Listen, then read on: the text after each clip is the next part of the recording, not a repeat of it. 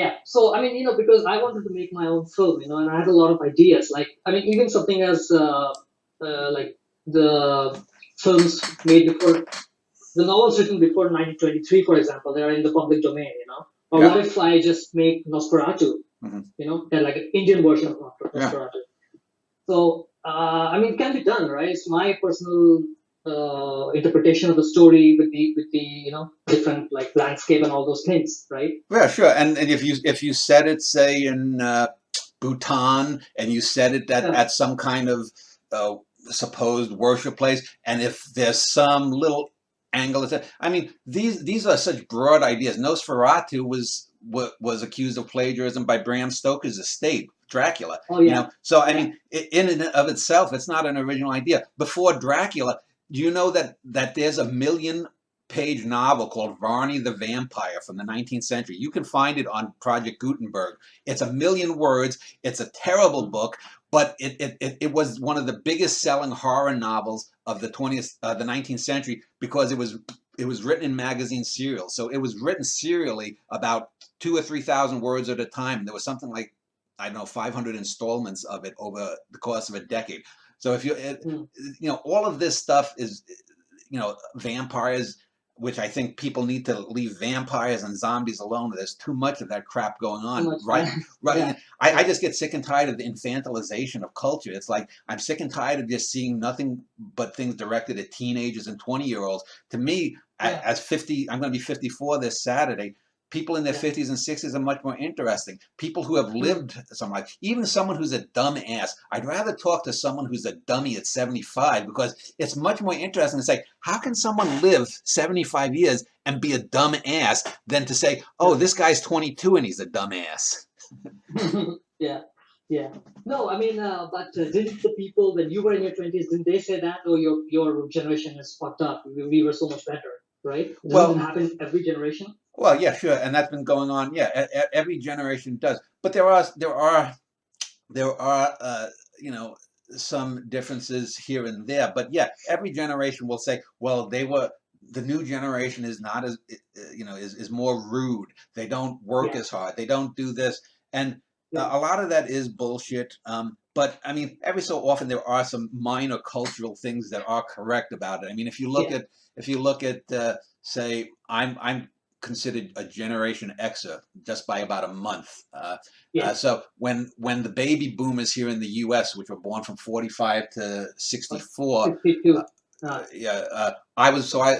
But anyway, our generation was called lazy and this and that and whatnot. Well, anyway, I forgot my point, but go ahead. Go Yeah. ahead. No, I mean, you are absolutely spot on. When you began the interview, you said the dumbing down of the culture. I mean, I can write pages on this. I spent 2 years in Canada, and what I saw it was like how everybody uses, like every kid, in college Mhm. uses the word like 10 Yeah, times between. yeah, I was like going there, he was like doing this, he was like. So yeah. I don't know. I mean, it's so strange. You look at the movies. I mean, Hollywood movies, say what you will, they're just crap nowadays, right? Just superhero films, and I cannot relate to them. See, that's what I'm saying. Like in films in the 80s or 70s, even like the Terminator or Alien or any of those films, at least they looked and they felt real. You get my point, right? Well. Have you ever watched any of the films of John Cassavetes? No, but Okay. yeah, no, I haven't. If you get a chance, look up John Cassavetes. He's an American filmmaker. Most of his films are people that are talking. That it's dialogue heavy. A film called Faces was his first great film in 1968. It was a black and white film made independently. Cassavetes was Yeah. an American actor who funded his own filmmaking through taking roles like in Rosemary's Baby. It's his probably most Mm. famous film that he was in.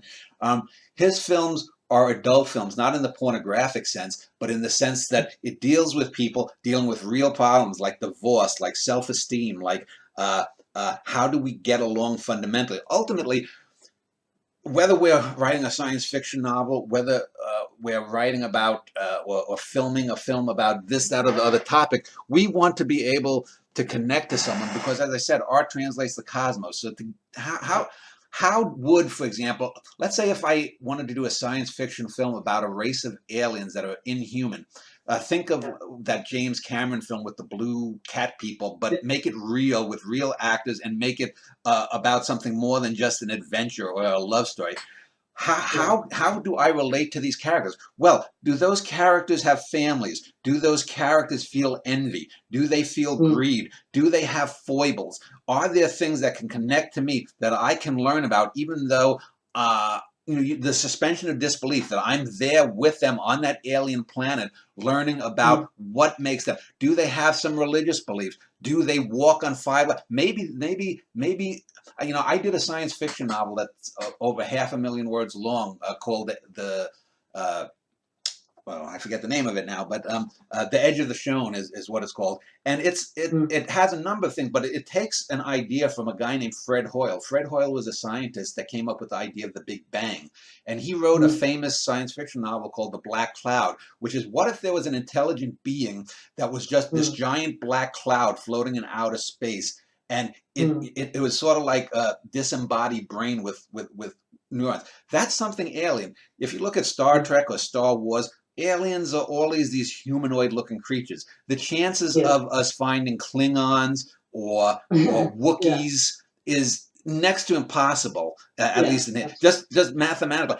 They are going to be truly alien. Let's say we found some intelligence, like you mentioned Solaris, an intelligent ocean. That's Oh yeah, something far more, I think, plausible than Klingons. And let's say we get to this. Let's say we get to a planet. Let's say this ocean being, single being, or maybe it's mm, multiple beings, mm, communicates us through just emotions. And as we get close to it, well, how do you convey that in a story? How do you convey that in a film? How do you?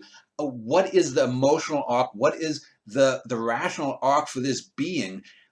These are the things that we would want to know and be satisfied with. If we get to the end of a film, yeah, like Solaris, and at the end all we're left with is, oh, it was an ocean that was alive, you're going to be disappointed. The ending of the oh yeah, Tarkovsky film, I think, was very good because it ends up back on this person. I forget the guy's name, who's basically reliving his life, and he's back in his yeah, youthful home, or the facsimile of the youthful home. And all of us have that desire to go home. So there's that emotional arc that Tarkovsky brings, but it's not some trite Hollywood ending. yeah, yeah. I mean, have you seen the Soderbergh film, Yeah, yeah, 2002, and George Clooney? I thought it was a good, solid film. I don't think it's Yeah. nearly as good as the Tarkovsky film, but it's one of the Oh better yeah, films that I've seen Clooney in. yeah, yeah, yeah. But the reason many people criticized is because he made it too much about the emotions, the love, and all those things. Instead of what you say. I mean, just if we observe the ocean and study the ocean, Right. the astronomical aspects of it. Yeah. Well, there's the Hollywood tendency to always want to throw in a love story, and yes, the both the and I've read the book by Stanislav Lem, Yeah, and I've read which is a really good book. And yeah, he did another. There's actually a Russian film called uh, it was made by Roger Corman, butchered into a bad film called um, the Planet of Prehistoric Women. Before that, The Voyage to the Prehistoric Planet, and it was called something else. The original Russian film was a good one.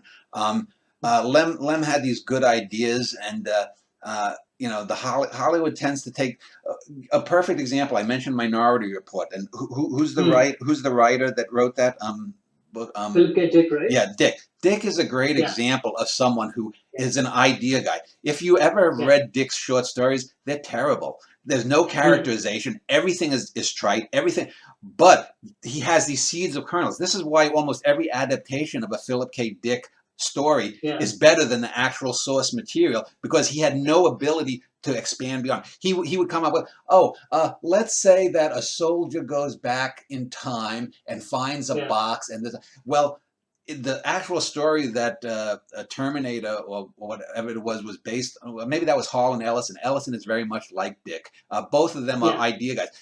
These right. guys have these ideas, but there's no way that they can push it. They don't understand. I don't think Dick or Ellison basically understands human emotion. So they Mm. come up with these ideas, and it's up to someone else to bring out or make the connection at a deeper level. Yeah. I mean, Do Androids Dream of Yeah, Electric Sheep is such a horrible, horrible book. I couldn't even, finish 10 pages, yeah. right? And but yeah, I wonder what works for Solaris and what doesn't work for that book, because Solaris, as I just said, Lem is a good writer and he expresses it also very well. Well, Uh, as I recall, and again, it's been years since I've read it. hmm, I'll give you another example. There's the book by Pierre Boulle called Planète des Singes in French, or Planet of Monkeys, or which became the Planet of the Apes film with Charlton Heston. And that oh, original film, for example, the original book rather, is a great book. It's got a great twist ending, every bit as hmm, good as the Statue of Liberty ending in the Heston film. hmm, But it's a film that, or it's a book rather that is set in a futuristic ape world, hmm, and it works because we get to know how the character that's played by Heston in the film comes to hmm, know this society. He eventually learns their language. It's not the Earth as in the film. It's a different yeah, planet, and there's a really great twist ending at the end of that book. But it's about how does someone assimilate into a culture? How does someone from a hmm, different time, a different species, a different planet assimilate into the, and he ends up basically in a zoo, and then he supposedly, I think the main character in the book escapes or something or other, and he leaves his diary in the rocket ship that he escapes in. The real hmm, twist ending, though, is that hmm, his diary is found by a couple of astronauts, and it turns out that those astronauts are apes who can't believe that the hero could be a human being. Now, yeah, it's something that relies on a gimmick at the end, but the book yeah, itself is not a gimmick. The book is a very insightful look into how does someone from outside fit in, and it's a much better book than, say, Robert Heinlein's Stranger in a Strange Land, if you've ever read that. yeah, yeah, yeah. Okay, so I'll definitely have to look this one up. It's fascinating. But so you mean to say this is the original source of the Planet of the Apes, right? Yes, Pierre Boulle. He also wrote Bridge on the River Kwai, which is a totally different book about World War II and the blowing up of a bridge in Japan, Yeah, yeah, or I know that. in Japanese held territory, rather. Have you seen this film called Forbidden Planet? It's an Yeah, animated yeah, film. I've reviewed it too. Yeah, that's one of the best sci-fi films of the 50s. Oh yeah, yeah, yeah. I mean, my favorite genre is sci-fi and horror. Mm. So yeah. I mean, I tend not to go into drama and all that. I don't know. I just don't like human beings as much. So Well, and you and the know, thing that makes that a good film, there is there are moments of humor. For example, there's the time when the drunken cook goes up to the robot and says, "Hey, can you make alcohol?" And he goes, something like, "Will 100 gallons be sufficient?" And the guy who's yeah, obviously an alcoholic is like, yeah, "Sure."